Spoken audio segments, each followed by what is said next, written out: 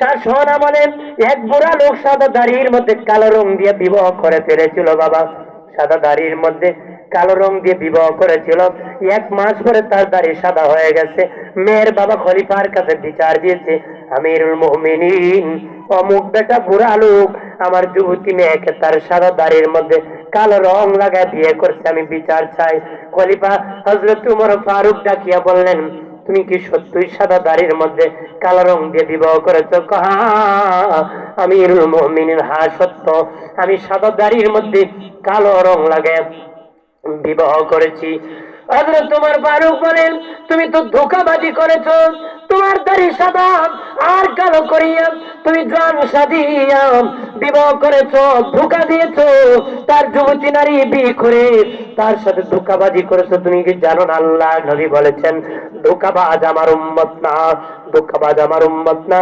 যেহেতু তুমি ধোঁকাবাজি করেছো, তুমি উম্মত না। নবীর হাদিস অনুযায়ী যে নবীর উম্মত না, সে দুনিয়ার থাকার কোনো অধিকার নাই, তার গর্দান আমি এখন উড়াই দিব।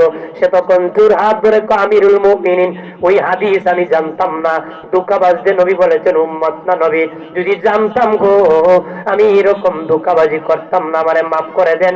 বলেন ঠিক আছে, যেহেতু জানো না, তারপর তোমার পিঠে 80 কান বেদ হবে। কয় কান? আমরা ধোঁকাবাজ পাল্লায় কমবে বাবাজি, ও বাবাজি, নেওয়ার সময় বেশি নে, দেওয়ার সময় কমবে। 39 কয়া 3 পাল্লা মাইরা 40 কয়, কথা কনা আছে না? মিটারও সিটারি করে, বাটপারি করে, পাল্লাতে কম দেয়, নেওয়ার সময় বেশি নেয়, দেওয়ার সময় কম দেয়। বাবাজি মিথ্যার আশ্রয় নিয়ে ব্যবসা করে, এমন ব্যবসায় অভাব নাই। হুজুর মনে করেন পাঞ্জাবির কাপড় কিনতে গিয়েছে, হুজুর শুধু আপনার জন্য এত টাকা, আর কারো জন্য নয়, অথচ মিথ্যা কথা। হুজুর 200 টাকা গজ আমি কিনছি, 220 টাকা দিয়ে দিলে আমার চলবে, শুধু আপনার জন্য।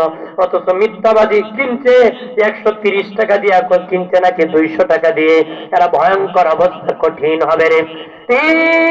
ওরা কবিরা গুনাহগার বাবাজি, তাসরের মাঠে তাদের মুখ থেকে আগুন জ্বলবে, মুখ থেকে রক্ত জ্বলবে।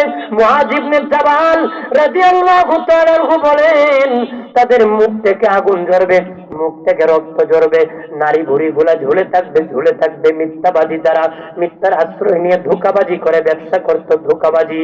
আর বাবাজি সবজি বাজারে নিলে উপরে ভালোটা দে, নিচে বন্ধটা দে, এমনও ধোঁকাবাজ সমাজে আসেনি। যারা বিক্রি করতে যায় তারাও ধোঁকাবাজ, যারা কিনে তারাও ধোঁকাবাজ। তারাও কি কোম্পানি ভালো না নিলে কেউ কিনে না।